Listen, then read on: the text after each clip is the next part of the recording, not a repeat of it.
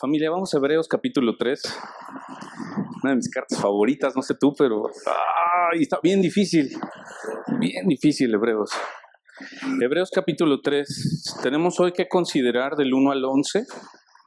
La primera acaba en el 6 y luego hay otra sección del 7 al 19, pero vamos a cortarla al 11 y vamos a ver qué Dios tiene para nosotros hoy. Leamos.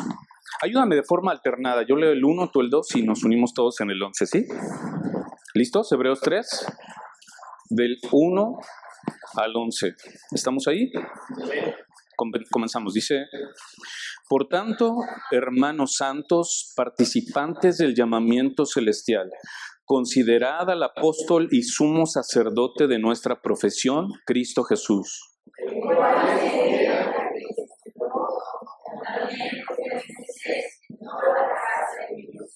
Porque de tanto mayor gloria que Moisés es estimado digno cuanto tiene mayor honra que la casa, el que la hizo.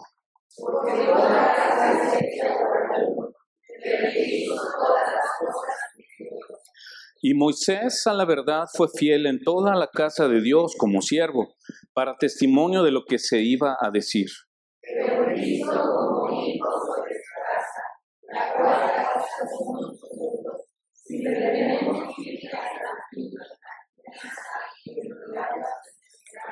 Dice ahí, el reposo del pueblo de Dios. Por lo cual, como dice el Espíritu Santo, si oyereis hoy su voz,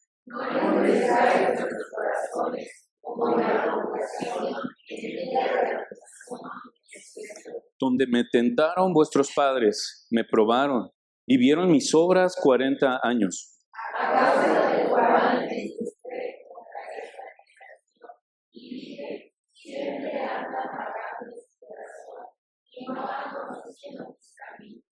Por tanto, juré en mi ira, no entrarán en mi reposo. Hasta ahí.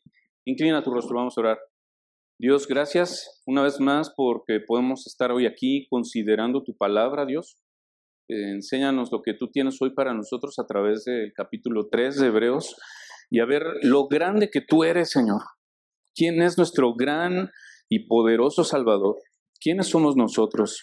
La identidad que tenemos en ti, Señor, y estar dispuestos para seguir creciendo, conociéndote, amándote, Señor, y asombrándonos con lo glorioso que es Cristo. Gracias por tu palabra, en el nombre de Jesús. Amén.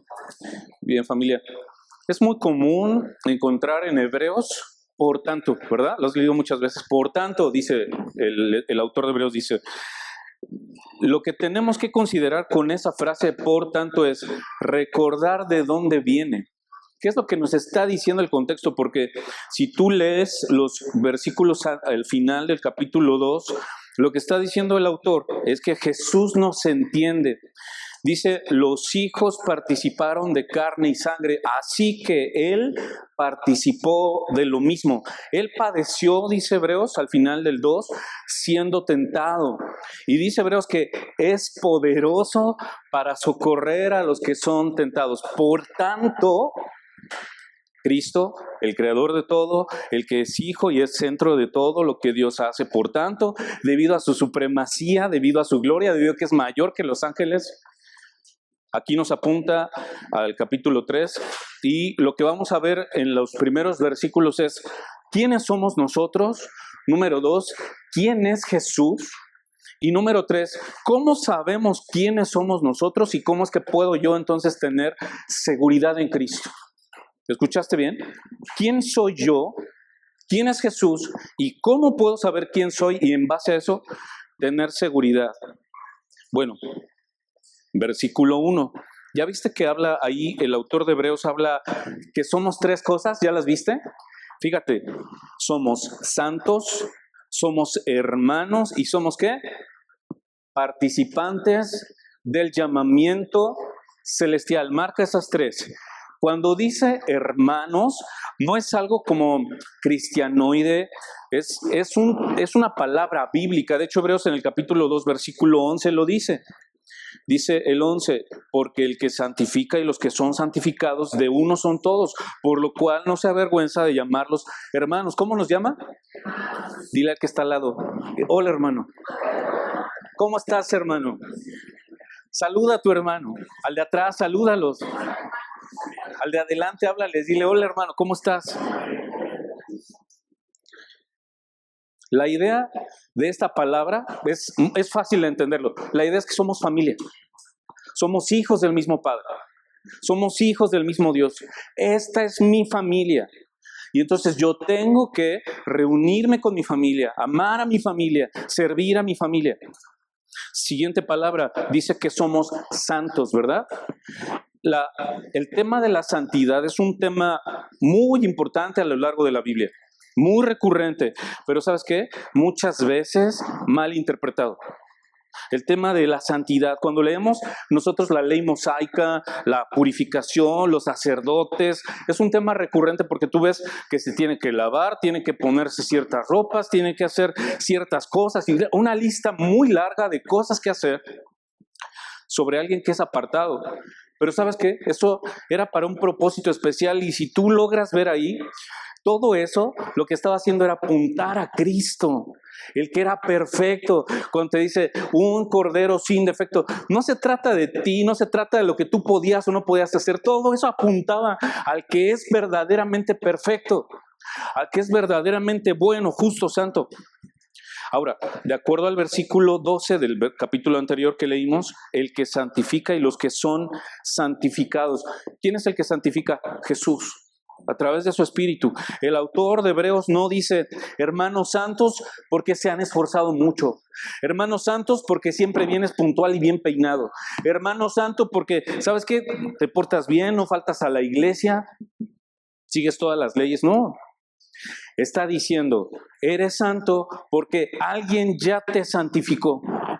Eres santo porque alguien te ha imputado a ti esa condición de santidad. Jesús es el cumplimiento de todos los ritos de purificación de la ley mosaica que tiene que ver con el sacerdocio. Piénsalo bien.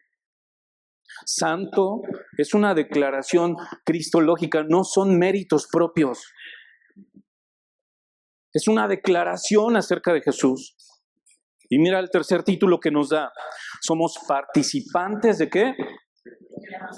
Fuerte, del llamamiento celestial. Otra vez, esto nos apunta a esto. La iniciativa fue de Dios. No es un llamado que te hace una persona, no es un autollamado, es el llamado celestial, el llamado divino para tu vida y para mi vida. Dice Hebreos, Él es el autor y consumador de la fe. Él es el que inicia y Él es el que termina. Y eso debería darnos a nosotros seguridad en nuestra vida. ¿Sabes qué, familia? Esa es mi identidad. Mi vida cristiana depende de lo que Dios hace. Ahora, comparemos. ¿Quiénes somos nosotros? Dijimos, ¿quién soy yo? ¿Quién es Jesús? ¿Quién soy yo? Lo que está diciendo Hebreos es que somos hermanos, somos santos, somos participantes del llamamiento celestial. Fíjate ahora los títulos que el autor de Hebreos le da a Jesús. Versículo el 1, ¿verdad? Sí. Dice primero, el título que le da es apóstol. ¿Jesús es qué? Apóstol. Es interesante que el único lugar en la Biblia que le llama así a Jesús es aquí en Hebreos. No hay otro lugar en la Biblia que se le llame a Jesús de esta manera.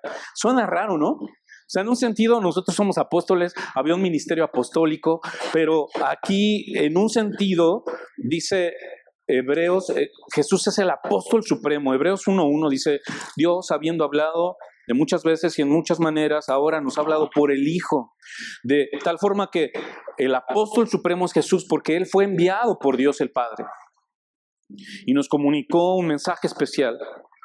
Pero fíjate el segundo título, no solo es el apóstol, es también el sumo sacerdote. Sumo sacerdote, esto nos da la idea, escucha, el sumo sacerdote es uno de los temas centrales de Hebreos. Esto significa que Jesús es el que me representa ante el Padre de forma suprema y quien representa al Padre para nosotros. Esto quiere decir que Dios se interesa tanto por ti y por mí que puso al máximo mediador, al máximo sumo sacerdote ante Él, ante el Padre y ante el hombre pecador. Ese es Jesús. Fíjate de qué otra manera lo llama, versículo 1. Nuestra profesión. ¿Cómo le llama? Nuestra profesión. Esto significa que Él es el objeto de mi confesión de fe. Significa que lo que yo digo, lo que yo he creído, tú y yo hemos confesado públicamente que Cristo es mi apóstol, que Cristo es mi sumo sacerdote. Hebreos 4:14 dice, retengamos firme la profesión. El cristianismo, familia, es una profesión hecha para confesar públicamente lo que yo creo. Pero ojo, no es nada más una confesión de la boca. Lo que yo digo con la boca, eso se ve con mi vida también. Lo que tú dices con tu boca, eso se ve con tu vida. Versículo 2. Ahora el autor de Hebreos va a hacer una comparación. Estamos viendo quién es Jesús. Él es el apóstol, es el sumo sacerdote y es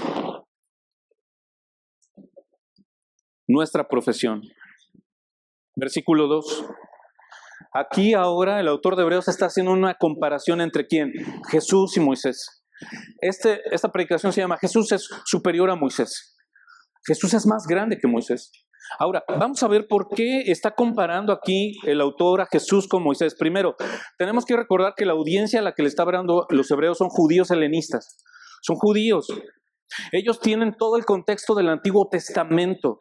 Ellos conocen la importancia de la ley, la importancia de los profetas, conocen al pie de la letra el Pentateuco como base de lo que creen y lo que viven. Y es interesante que ahora viene el autor de Hebreos y hace una comparación con Moisés. Fíjate lo que dice acerca de Moisés, versículo 2. El cual es fiel al que le constituyó, como también lo fue Moisés en toda la casa de Dios. Entonces, Moisés, tú lo sabes de muchas maneras, es uno de los personajes más importantes de la Biblia, ¿cierto? Del Antiguo Testamento. Moisés fue escogido para liberar al pueblo de Israel. Dios lo usó para darle la ley al pueblo de Israel. Él era historiador, escribió el Pentateuco. También es descrito como alguien, dice Números, que era el hombre más manso de la tierra. Él era intercesor entre Dios y el pueblo. Fíjate el versículo 2, dice, el cual es fiel al que le constituyó, como también Moisés. ¿Por qué es tan importante para muchos judíos la figura de Moisés? Bueno, dicen, hay libros acerca de esto, que para los judíos era Moisés incluso más importante que los ángeles. Por eso es que en el capítulo anterior está hablando de que Jesús es superior a los ángeles, y ahora está hablando de que Él es superior a Moisés. Esto nos da una idea por qué ahora va a Moisés. Enfaticemos esto, familia. Moisés es fiel, es llamado siervo de Dios, y varios pasajes en la Biblia nos dice de esto. Por ejemplo, Números 12, anótalo nada más. Es un pasaje donde tú ves a Aarón, su hermano, y María, su hermana, están murmurando acerca de Moisés por la mujer que tomó, ¿no? Una mujer negra de color, se casó con ella, y entonces están murmurando. Y entonces viene Dios y los va a castigar por su pecado, y Él les dice estas palabras. Él les dijo, oigan mis palabras: cuando haya entre vosotros profeta de Jehová, le apareceré en visión, en sueños hablaré con él. No así con mi siervo Moisés, que es fiel en toda mi casa, dice. Cara a cara hablaré con él, y claramente, no por figuras, y verá la apariencia de Jehová. Les dice a Moisés, a Aarón y a María, Dios les dice esto: ¿por qué pues no tuviste temor de hablar contra mi siervo Moisés? ¿No ves quién es Moisés? Está diciendo. Más adelante, Deuteronomio 34, escucha lo que Dios dice acerca de Moisés.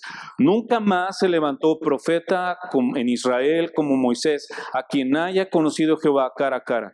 Nadie como él en todas las señales y prodigios que Jehová le envió a hacer en tierra de Egipto, a Faraón y a todos sus siervos y a toda su tierra. Versículo 12, y en el gran poder y en los hechos grandiosos y terribles que Moisés hizo a la vista de todo Israel. O sea, puedes tú entender por estos pasajes y muchos otros por qué Moisés es tan preeminente en el Antiguo Testamento y por qué los judíos tienen esta figura de Moisés tan elevada. Ahora, creo que sería fácil para nosotros que somos cristianos que buscan, digamos, una teología bíblicamente correcta, una teología bíblicamente reformada, es muy fácil para nosotros ver las fallas, ¿no?, de la gente. O sea, ver, sí, claro, pero Moisés mató al egipcio. Sí, claro, pero se enojó y golpeó la roca. Sí, claro, pero mira, no entró a la tierra prometida. Por supuesto, es nuestra tentación. Sin embargo, eso no es lo que hace el autor de Hebreos. Y él no solo está mostrando lo bueno, sino que el autor de Hebreos lo está exaltando a Moisés.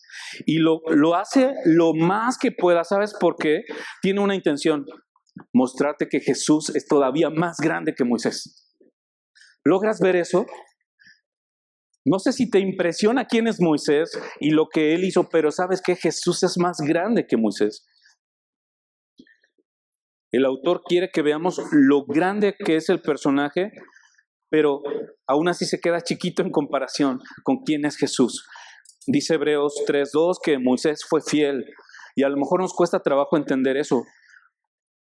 ¿Por qué hablar de Moisés si es un personaje más? Pero mira, estaba pensando cómo relacionar esto, cómo hablarlo. Yo al menos cuando era niño tenía la edad como de Nahum, no, como Anet, un poquito más grande más o menos. Me encantaban los superhéroes, no sé a ti, pero me encantaban los superhéroes. Yo era fan y hasta la fecha me gustan. O sea, ponme una película de superhéroes, yo las veo todas. Pero no sé si tú, cuando eras niño y como yo, teníamos la idea de un superhéroe y queríamos ser. Dios me libró cuando era niño. Teníamos en la casa una escalera así que daba al techo, pero recta. O sea, yo tenía como 5 años, ¿no? Por ejemplo, uno de mis seres favoritos era Spider-Man, ¿no? Entonces, Dios me libró de cometer locuras porque me acuerdo que me subí como al primer escalón. Yo decía, ay, quiero hacer lo que hace ese hombre, ¿no? Entonces de repente agarraba un lazo y lo aventaba así a ver si de repente se atoraba por ahí para poderme yo columpiar como Spider-Man, ¿no? Bueno, eso era mi mente de niño, pero una ocasión me entró tal locura que dije, también Superman me gustaba mucho porque volaba, ¿no? Entonces una vez dije, me voy a subir. Y me voy a aventar yo en mi mente de niño, ¿no? Y voy a hacer esto, a ver si me sale la telaraña, ¿no? O sea, Dios no permitió que lo hiciera, ¿no? Si no, no estaría aquí. Pero esa era mi manera de pensar. Hace poquito le estaba hablando, creo que con mi cuñado Ajax, ¿no? de los sueños que uno tiene, ¿no? Bueno, ¿saben con quién soñaba yo? Con Batman. Porque yo me vestía como Batman, peleaba como Batman y soñaba que era Batman. Entonces una ocasión me acuerdo, así de niño, no sé si se acuerdan que uno de los villanos es el pingüino, ¿no?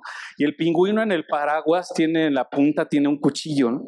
Entonces me acuerdo que un día yo era Batman y me enterró así el paraguas así en el costado y me desperté porque me dolió y yo pensé que me había muerto y de verdad me desperté y estaba llorando así, ¡ay! Horrible, ¿no? Bueno, todos vemos personas que nos inspiran. O sea, obviamente tú creces y esas personas van cambiando, ¿no? Ya no es un superhéroe, pero tú ves a personas que tienen grandes habilidades para hacer algo, ¿no? Admiramos a alguien o con mucha capacidad o con gran capacidad para sacrificar algo, ¿no? Esas dos cosas a mí me impresionan mucho de la gente.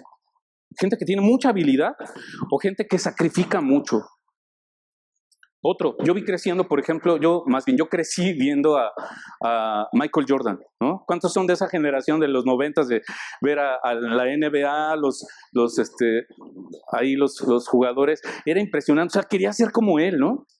¡Wow! ¡Qué impresionante! Cómo brinca y las clavadas y todo eso, ¿no? El mejor atleta de todos los tiempos, ¿no? O sea, tenía unas características asombrosas y todos queríamos ser como él. ¿Sabes qué? El autor de Hebreos aquí en el versículo 2 y 3, escucha, nos está apuntando a un tipo así de heroísmo de Moisés. Mira lo grande que es Moisés.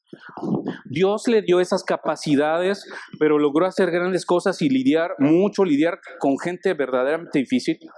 Faraón, uno de ellos. Mira el escenario. Vamos al versículo 3.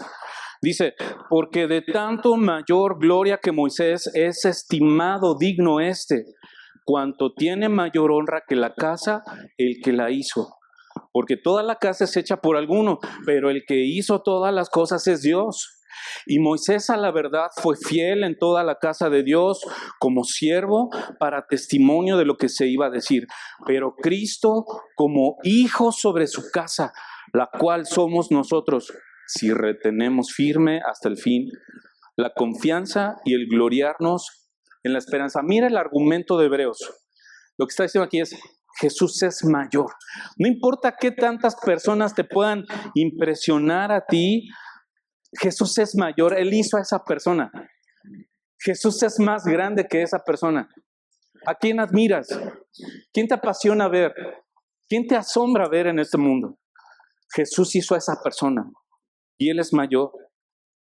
Imagina, es como si te dijera: oh sí, mira Michael Jordan, yo soy su creador. Mira Moisés, qué grande fue, yo lo hice. Asómbrate, Jesús es el creador. Yo soy músico, o sea, les he dicho a varios esto. Una ocasión me tocó visitar Japón para tocar y fue una experiencia muy buena en muchos sentidos, pero en otros fue muy mala porque yo no soy un músico, digamos, a tiempo completo, nunca lo fui, porque para hacer tiempo completo con el maestro que tuve era estudiar 10 horas todos los días, no las tenía, o sea, no podías hacer. Para ser músico así de veras, de los de veras, es dedicar tu vida a eso, no tener esposa, no tener hijos y dedicarte a eso, ¿no? Entonces, de muchas maneras, yo me acuerdo una vez que fui a Japón, tenía que tocar una cierta obra de Bach, ¿no? Entonces, para tocar Bach de por sí es difícil, pero hubo un pasaje, un compás, como 10 notas. Hermanos, estudié como 6 meses, 3 horas todos los días, para que me saliera eso. Y nunca me salió el mendigo compás. Nunca me salió. Y lo asombroso para mí fue llegar allá con los que íbamos a tocar, Kawaii, ¿te acuerdas? Otras 2 chicas que eran flautistas. Lo hacían con una facilidad. Dije, oh, qué barbaridad. O sea, lejos de sentirme apachurrado y mal, dije, wow, qué increíble. Qué increíble que lo puedan hacer con tanta facilidad, con una... O sea, como si fuera tocar la, no sé, Estrellita, ¿cómo estás, no? De verdad, y era asombroso. Eso, cuando yo leo Hebreos, eso me está apuntando. No importa a quién admires en este mundo, no importa. Jesús es mayor que Moisés. Jesús es más grande que todos esos que podemos nosotros admirar, porque Jesús los hizo. Entonces, retomando, ¿quiénes somos nosotros? Ya dijimos que somos hermanos, somos santos, somos participantes del llamamiento celestial. ¿Qué más somos? Somos su casa, somos su creación. ¿Quién es Jesús? Él es el apóstol, el sumo sacerdote, es nuestra profesión y es también, Él es Dios y es el creador. Yo soy su creación, Él es el creador. ¿Te fijas? Aquí hay una de las declaraciones más importantes e inconfundibles sobre la deidad de Jesús. Versículo 3, porque de tanto mayor gloria que Moisés es estimado, digno es, está hablando de Jesús, cuanto tiene mayor honra que la casa, el que la hizo. Versículo 4, porque toda casa es hecha por alguno, pero el que hizo todas las cosas es Dios. Jesús es Dios. Como sabemos, el que edifica una casa tiene más gloria que la casa misma, ¿cierto? Tú puedes admirar una casa, qué increíble, padrísimo, pero tiene más gloria el que la hizo, tiene más gloria el que la edificó, el arquitecto. A él se le da más tributo y honra. En términos figurativos, aquí está hablando de que, por analogía, Dios es el arquitecto, Jesús es el que edifica. Moisés, si tú ves el versículo, Moisés es un siervo en la casa. A pesar de que fue tan grande, Moisés dice que fue siervo. Y al hacer esta comparación, no está disminuyendo la obra de Moisés. El autor lo que está haciendo no es cuestionar su fidelidad. Es más, la Escritura, una vez más, una y otra vez revela la honra que tiene Moisés de muchas maneras. Se le apareció cara a cara. Vivió una larga vida. Cuando Moisés murió en Moab, Dios mismo fue el que lo enterró. Pero el escritor de Hebreos está diciendo que no hay comparación entre Jesús y Moisés, en razón de que en realidad estamos hablando de 2 categorías diferentes. Moisés es un siervo, es parte de la creación. Jesús es el creador, Él es Dios. Fíjate, Jesús edifica la casa, Moisés fue siervo en la casa. Jesús es el fundador de la casa, Moisés pertenece a dicha casa. Además, el lugar de honor a la diestra de Dios le pertenece a Jesús. Jesús ha sido honrado por Dios. Por medio de él, Dios hizo el universo. Y la otra comparación, si tú logras ver el versículo 5 y 6, míralos por favor conmigo, versículos 5 y 6, hay otra comparación que hace con Moisés. Moisés a la verdad fue fiel en toda la casa. ¿Cómo? Marca esa palabra, ¿cómo qué? Como siervo, para testimonio de lo que se iba a decir. Pero Cristo, ¿cómo qué? ¿Cómo qué? Como hijo. Ve la comparación. Moisés es siervo, Jesús es hijo. Esta palabra de siervo no es la palabra que normalmente conocemos de doulos, ¿no? Que significa siervo, esclavo. No es esta palabra. La que se usa aquí es terapón, que es más bien, es un siervo, es alguien que asiste, pero tiene que ver no solo con un alto rango, sino tiene que ver con mucho grado de honor y privilegio. Tiene que ver con mucha confianza. No es la idea nada más de esclavo, sino alguien que sirve desde una posición de privilegio y honra. Aún así, aunque a Moisés le está hablando de esta categoría, de que tiene una posición muy grande, a pesar de eso, el autor de Hebreos nos está diciendo que Jesús es más grande. Ahora piensa la comparación. Un siervo de mucha confianza contra ser hijo. Imagina que esta es mi casa, o es casa de mis padres, ¿no? Y entonces viene alguien y le dice a mi papá, oiga señor, sé que esta casa le pertenece a Miguel Ángel Pérez, pero cuando se muera voy a reclamar esta casa. O sea, por ley sabemos que eso no se puede. Por ley sabemos que los que tienen derecho son los hijos, a menos que no haya hijos. Pero hay algo especial en ser hijo y que nadie más puede tener. Por eso el autor de Hebreos señala eso. Solo hay un hijo. En muchos sentidos nosotros somos hijos de Dios por la adopción, pero el verdadero derecho por naturaleza, por esencia divina, es para Jesús. Jesús es el único hijo, dice el versículo 6, pero Cristo como hijo sobre su casa, la cual casa somos nosotros, si retenemos firme hasta el fin la confianza. Cristo, tenemos que decir, es el dueño, Él hereda todas las cosas, nosotros somos la herencia y disfrutamos junto con Él la herencia, pero es debido a que Él y solo Él tiene el derecho, porque Él es el Hijo. Todo le pertenece a Él. Mira el versículo 5 nuevamente. Algo que no mencioné ahí, versículo 5, y Moisés a la verdad fue fiel en la casa de Dios, toda la casa de Dios como siervo, para testimonio de lo que se iba a decir. O sea que como siervo recibió la orden de sacar al pueblo de Egipto, comunicarles la ley, los mandamientos de Dios. Moisés fue fiel, cumplió la misión encomendada, pero hay que recordar que Moisés dejó al pueblo en la entrada de la tierra prometida. Él no podía meterlos al reposo. Solamente Dios podía meterlos al reposo, pero la ley era testimonio de lo que se iba a decir más tarde. ¿Qué es lo que se iba a decir más tarde? Familia, el Evangelio.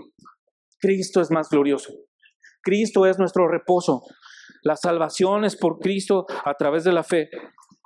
Moisés apuntaba a Cristo. Mira, un paralelo, Juan, anótalo nada más. Juan capítulo 5, versículos 45 al 47. Jesús está hablando con los fariseos. Mira qué dice: no piensen que yo los acusaré delante del Padre. El que los acusa es Moisés, en quien ustedes han puesto su esperanza. Interesante, ¿no? Jesús les dice a los fariseos, Moisés los acusa. ¿Por qué? Versículo 46, porque si creyeran a Moisés, me creerían a mí. Porque de mí escribió él. ¿Ve cómo está diciendo Jesús? Él escribió de mí. Yo lo creé a él. Yo lo inspiré a él. Porque si no creen a sus escritos, ¿cómo van a creer en mí? Les dice Jesús a los fariseos. Moisés apuntaba siempre a Jesús. No se trataba de él, sino un profeta mucho mayor. De hecho, los judíos creían que el Mesías sería un nuevo Moisés. Y en un sentido, sí, Jesús vino y es el verdadero libertador, perfecto, supremo, verdadero profeta, verdadero intercesor, verdadero dador de ley. Vamos a la última parte de esto. ¿Quién soy yo me queda claro que dice Hebreos 3, versículo 5, dice, fue fiel Moisés en toda la casa de Dios, ¿ya viste? Toda la casa de Dios. Es claro que casa de Dios es el pueblo de Dios o la gente de Dios, somos nosotros. En muchos pasajes, por ejemplo, Números 12:7, que es donde toma Hebreos este versículo, dice, Números, no así me hicieron Moisés, que es fiel en toda mi casa. Dios había estado usando este lenguaje ya. La pregunta es, ¿quiénes pertenecen a esta casa? Nota esa pregunta. ¿Quiénes pertenecen a esta casa? Versículo 5 nos da la respuesta. Perdón, versículo 6. Fíjate. Pero Cristo como hijo sobre su casa, la cual casa somos nosotros. Aquí viene la condicionante. ¿Cómo sabes si tú perteneces a la casa de Dios? Fíjate. Sí, ahí está la condición. Si retienes, ¿qué? Firme hasta el fin, ¿qué cosa? La confianza. Y el gloriarnos en la esperanza. Estas dos características o cláusulas del pueblo de Dios no significa, escucha, no significa que mi identidad está basada en lo que hago, sino es al revés. Lo que hago está fundado en lo que soy. Lo que hago está fundamentado en quién soy en Cristo Jesús. No pienses que porque alguna vez levantaste tu mano, hiciste una oración y dijiste yo recibo a Cristo. No. Piensa a largo plazo. Ve lo que está diciendo Hebreos acá. ¿Cómo has dado fruto? Anota esta pregunta. ¿Cómo he dado fruto? Anótalo. ¿Cómo has perseverado en tu fe y en la confianza en Cristo y en su obra? Anota estas preguntas. Una pregunta más. ¿Has retenido firme esta confianza? Es como que a veces sí, como que a veces no. ¿Cómo está tu confianza en Cristo ahorita? ¿Confías en el Señor o todavía no estás ahí? ¿Te has gloriado en la esperanza? ¿Te causa gozo y alegría? ¿Te asombra ver a Cristo y lo que Él hizo? ¿Sabes qué? De acuerdo a lo que dice Hebreos, Él es nuestro gozo. Él es nuestra satisfacción de quiénes somos y lo que hacemos porque se trata de Él. ¿Es una realidad en tu vida? Si esto es así, entonces eres casa de Dios. Me salté algo importante en el versículo 1. Fíjate el versículo 1 otra vez. Por tanto, hermanos santos, participantes del llamamiento celestial, ¿qué dice? Considera. Considera. Eso lo puedo conectar con el 6. ¿Cómo es que puedo retener la confianza y cómo es que me puedo gloriar en la esperanza? Eso se hace considerando al apóstol y sumo sacerdote de mi profesión, a Cristo Jesús. Por eso que cantábamos, pon tu mirada en Cristo. Mira lo grande que es Él. Contempla al Rey de Gloria, cantábamos hace rato. Contempla a Él. Si tú eres casa de Dios, tienes estas características. ¿Y eso sabes qué es? Perseverancia. ¿Cómo se llama? Perseverancia. Y esto, ¿sabes cómo lo haces? Mirando a Jesús. Considerando a Jesús. Mirando lo grande y sublime que es nuestro sumo sacerdote. Ese es el tema recurrente de Hebreos. Mi identidad yo la voy a experimentar considerando a Jesús. Y eso, ¿sabes qué, familia? Tiene que afectar tu vida y mi vida. No puedes tú estar conociendo al Señor y que eso no afecte tu vida. Si tú estás conociendo al Señor, eso va a afectar tu vida. Eso va a afectar todas las áreas de tu vida. Y entonces, ¿sabes qué? Necesitamos entonces, primero, un vivo deseo por Jesús, por conocerle a Él. No se trata nada más de venir cada domingo acá. ¿Sabes qué? Lo que hacemos acá es muy poquito de todo lo que se supone que deberíamos estar haciendo en la semana, porque nuestro Dios es tan grande que, ¿sabes qué? No te va a alcanzar toda la vida para conocer a este gran Dios.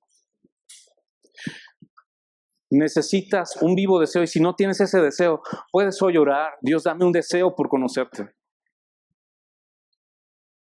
Dame mí, Señor, el deseo por conocerte. Ahora, ¿sabes qué? Muchos tenemos el deseo, pero ¿sabes qué? No hemos hecho una inversión. ¿Sabes qué?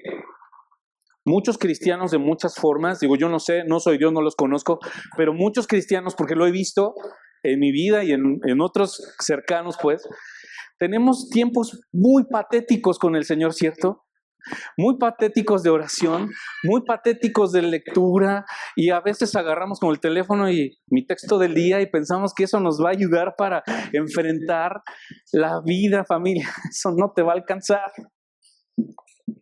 Necesitamos invertir tiempo para considerar quién es Jesús. ¿Y sabes qué, familia? Yo no tengo tiempo. Esta semana me cambiaron mi horario y estuvo bien complicado. ¿Sabes qué, familia? No se trata, hace rato decía el pastor, tienes que reunirte. ¿Sabes por qué? Porque es importante para tu crecimiento y ¿sabes qué? Para que consideres quién es Jesús. De acuerdo, nadie tiene tiempo. Tienes que fabricarte el tiempo. ¿Cuándo vas a tomar esa decisión de fabricarte el tiempo para congregarte, de fabricarte el tiempo para agarrar tu Biblia y leer lo que Dios te está diciendo acá, de fabricarte el tiempo, es más, para orar? Sí, a veces necesitas tiempos privados, pero en el carro no puedes orar. Yo iba esta semana, de verdad, bien estresado, porque se me hizo tarde, porque me cambiaron, porque tal, mil cosas. Anet esta semana se cayó, se esguinzó un pie, me cambiaron mi turno en el tiempo que tenía libre para descansar, fue llevarla al médico 2, 3 días, y aún así no la aceptaron, estaba todo estresado, enojado, y así voy corriendo al trabajo, y creo que fue jueves, Dios me habló y dijo, cálmate ya. Dijo, Dios, perdóname. Y empecé a orar en el camino, porque se nos olvida eso, necesitamos tiempo. Y no es que no tengamos tiempo, familia. Se nos olvida que podemos estar hablando con Dios 24 horas.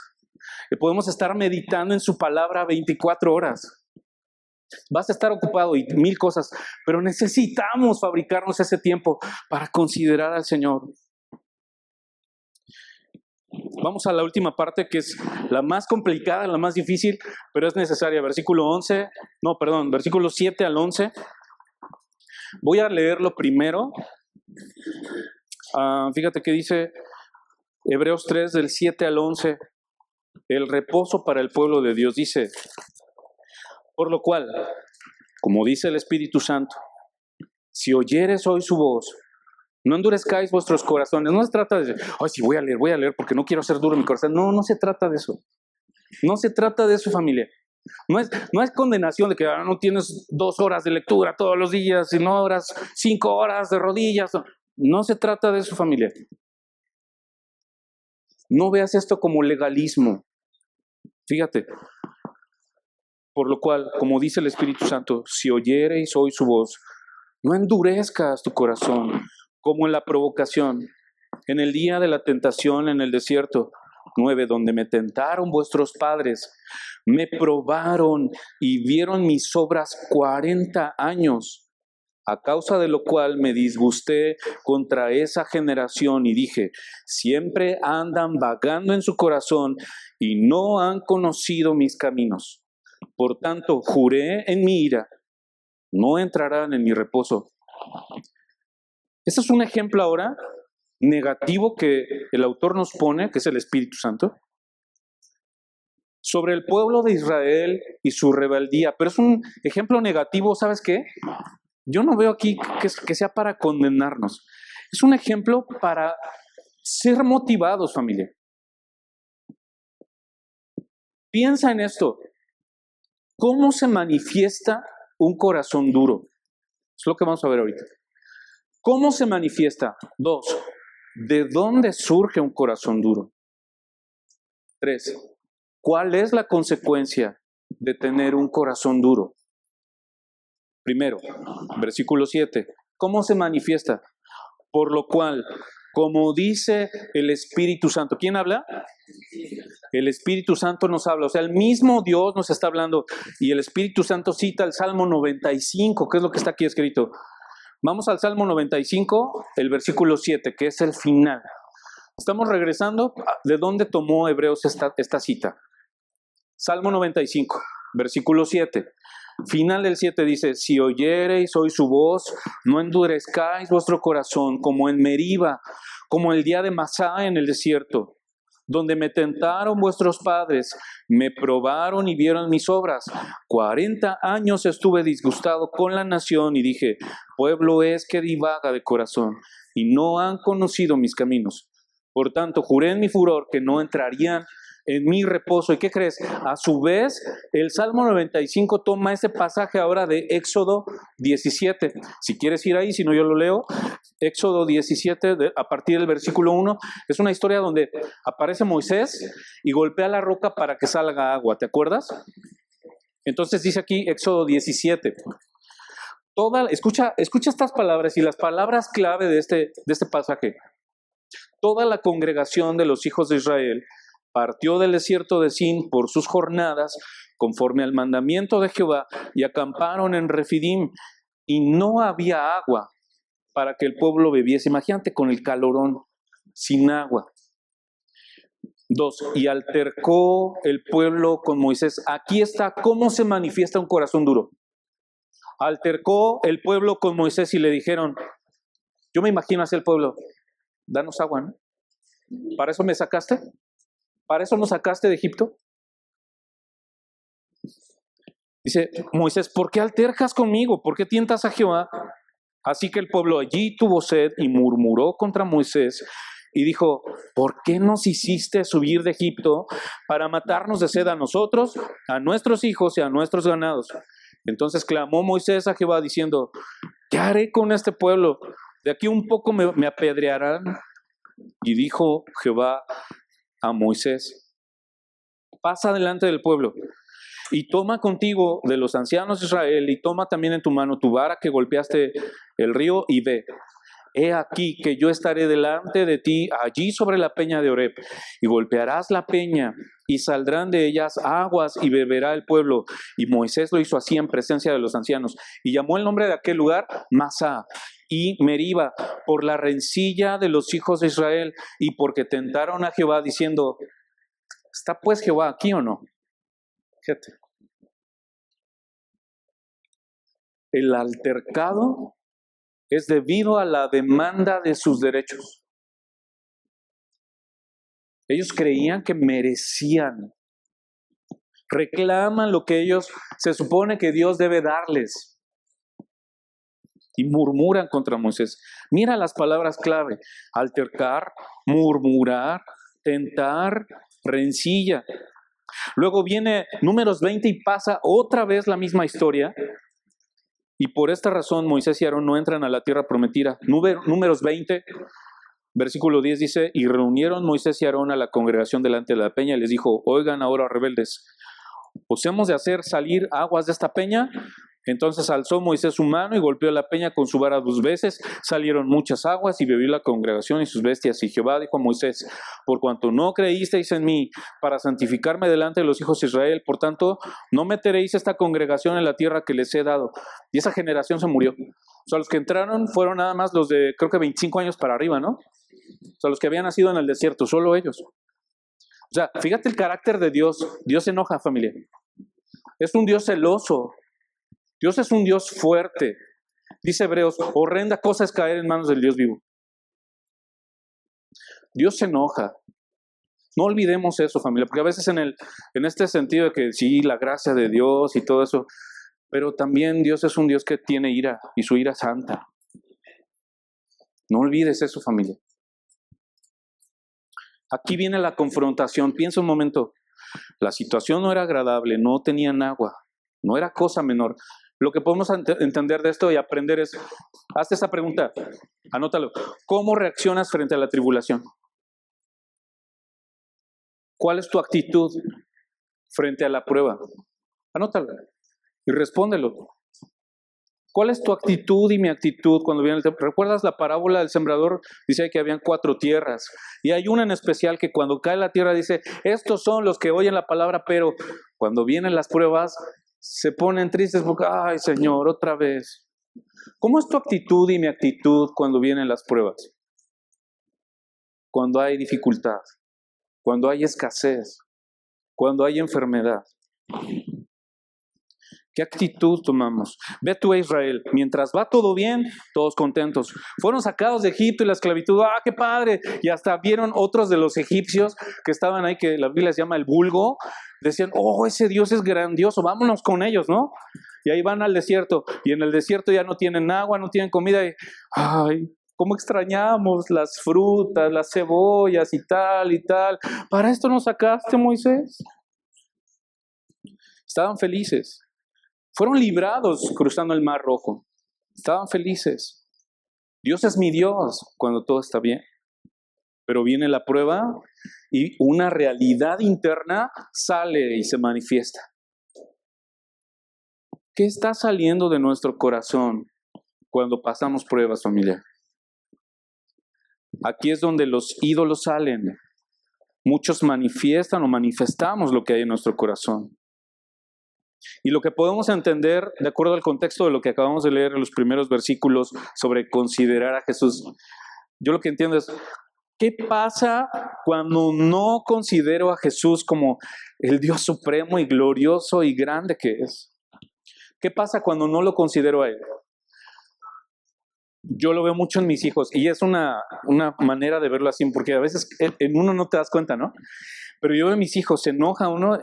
Anet, por ejemplo, ella pone duro el corazón, de verdad, se enoja así, pero y luego no contesta y peca más porque es, o sea, no te dice nada, pero por no decirte nada está, pero así somos. ¿Cómo se manifiesta un corazón duro? 4 cosas, 4 formas. Número 1, irreverencia. Irreverencia, o sea, ¿cómo le hablas a Dios así? ¿Se te olvida quién es tu Dios? ¿Se te olvida que Él es el creador? ¿Que Él es el que es más glorioso que Moisés y los ángeles? ¿Que Él es el dueño de la casa? ¿Y que tú eres solamente el creador, la creación? Por eso es que la gente usa el nombre de Dios en vano. No usamos el nombre de Dios en vano.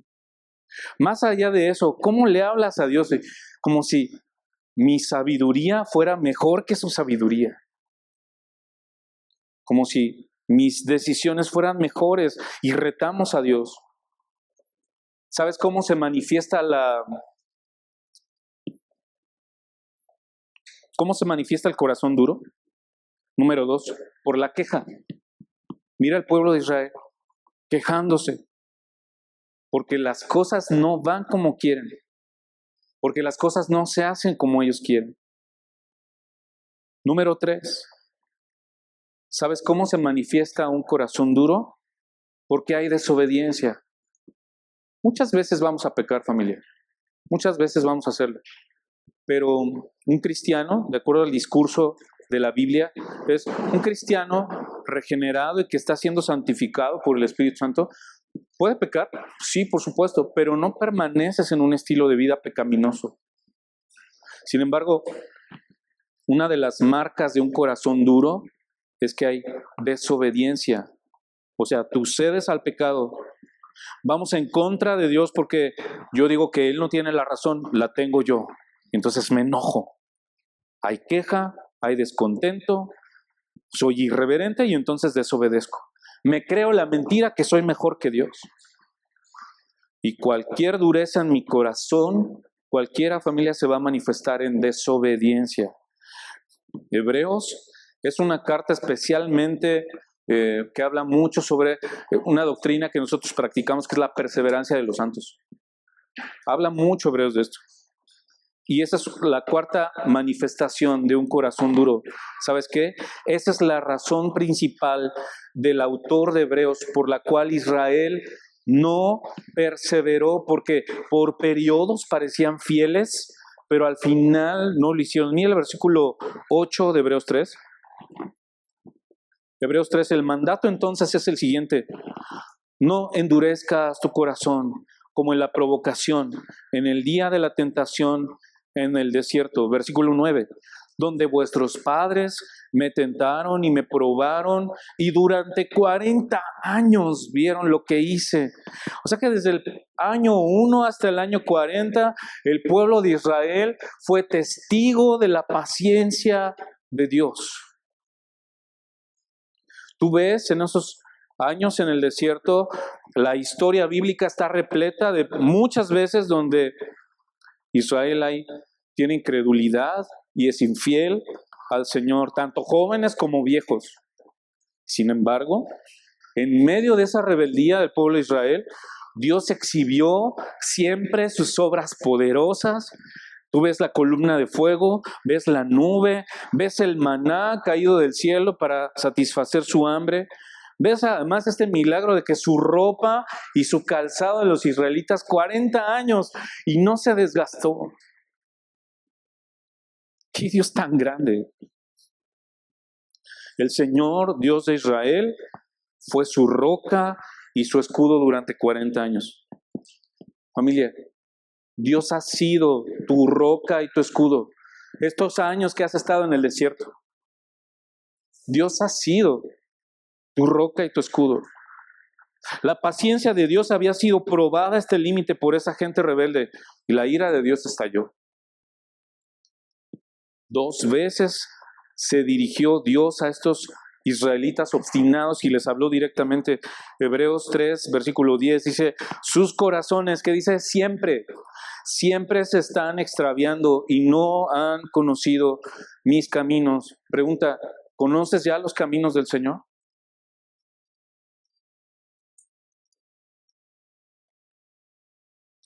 Hebreos 3:11, por tanto juré en mi ira, no entrarán en mi reposo. En su ira, Dios juró que todos los demás no verían la tierra, sino que morirían en el desierto. En el contexto de la posesión de la tierra por parte de los israelitas, el concepto de reposo se había cumplido solamente en un sentido limitado, digamos, ¿no? O sea, la manera de vivir nómada errante ya había terminado. La carrera del valiente soldado se había terminado cuando la tierra fue conquistada. Sin embargo, la palabra reposo tiene un significado mucho más profundo que el autor de Hebreos lo explica en el capítulo siguiente, pero eso no me toca a mí, eso le toca a otro predicador, así que no vamos a meternos ahí. Vamos a las conclusiones. Entonces tenemos que terminar diciendo esto. Familia, ¿qué podemos aprender? Considera para perseverar. Anota eso. Considera para perseverar. Todos los cristianos somos santos, ¿sí o no? ¿Esta santidad depende de ti? No depende de mí, depende de lo que Cristo hizo. Dios ha hecho un pacto eterno de gracia. ¿Dios te ha adoptado como sus hijos? ¿El Espíritu Santo mora en ti? ¿Él te santifica? Por eso estamos unidos a Él en una fe verdadera, porque todo empieza con Él y todo termina con Él. Como hijos, entonces somos guardados por el poder de Dios, dice Pedro. Somos guardados por el poder de Dios. La soberanía de Dios significa que lo que Dios hace, Él sigue estando hecho. Por eso dice la Biblia, dice Hebreos, eterna redención. Lo que Él hizo sigue estando vigente, familia. Tú estás seguro en sus manos. Dile al que está al lado, estoy seguro en sus manos. Dile, estás seguro en sus manos. Díselo al de atrás. Al que está despierto, dormido, perdón. Al que está dormido, dile, oye, estás seguro en las manos de Dios. Estás seguro en su protección. Estás seguro descansando en el amor de Dios. Entonces, ¿en qué voy a perseverar? Perseveramos en la fe. Fíjate el versículo 6 otra vez, que es la parte central, el versículo 6. Si retenemos firme hasta el fin, ¿qué dice? ¿La qué? La confianza, otra vez. Si retenemos firme hasta el fin, la confianza. Entonces voy a perseverar creyendo al Señor a través de su palabra. Toma la Biblia, conoce al Señor y considera al Señor. Si no agarras tu Biblia, ¿crees que le vas a creer a Dios? ¿Cuántas cosas el mundo nos está invadiendo y bombardeando todo el tiempo? Por eso le queremos más a las noticias, le queremos más al mundo, le queremos más a las redes sociales.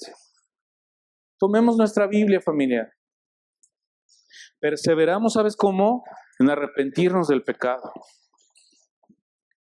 Nuestra confesión, dice Hebreos, que Él es nuestra profesión.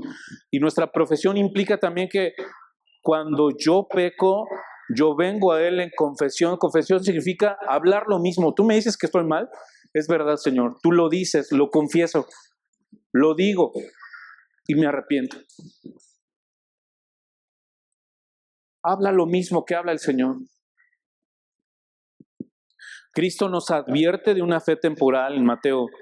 Pablo denuncia a aquellos que tienen apariencia de piedad, pero que niegan su eficacia. Santiago declara que la fe sin obras es muerta. Por tanto, Pablo dice a los corintios, examínate si estás en fe. Hagamos eso, familia. Examínate tú y yo, examinémonos hoy. ¿Estoy en fe? ¿Ya consideraste a Jesús? El pueblo de Israel fue a espiar la tierra prometida y regresó con malas noticias. Dios disciplinó a los israelitas, no le permitió a esa generación entrar.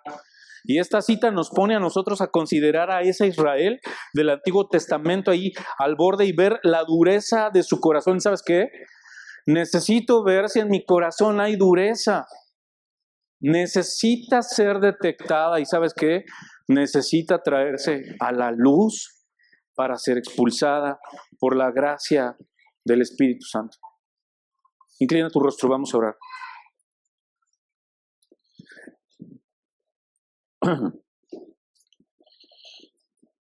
Dios, qué terrible y engañador es el pecado.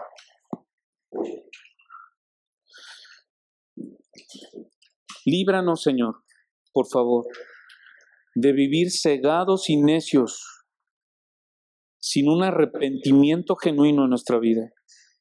Dios, te doy gracias hoy por tu palabra que nos recuerda cuán glorioso tú eres, cuán grande tú eres, que todo inicia contigo, que todo empieza contigo, pero también recuerdo que eres un Dios que se enoja y se aira. Y hay una urgencia por escuchar tu voz hoy, como dice Hebreos, y no endurecernos.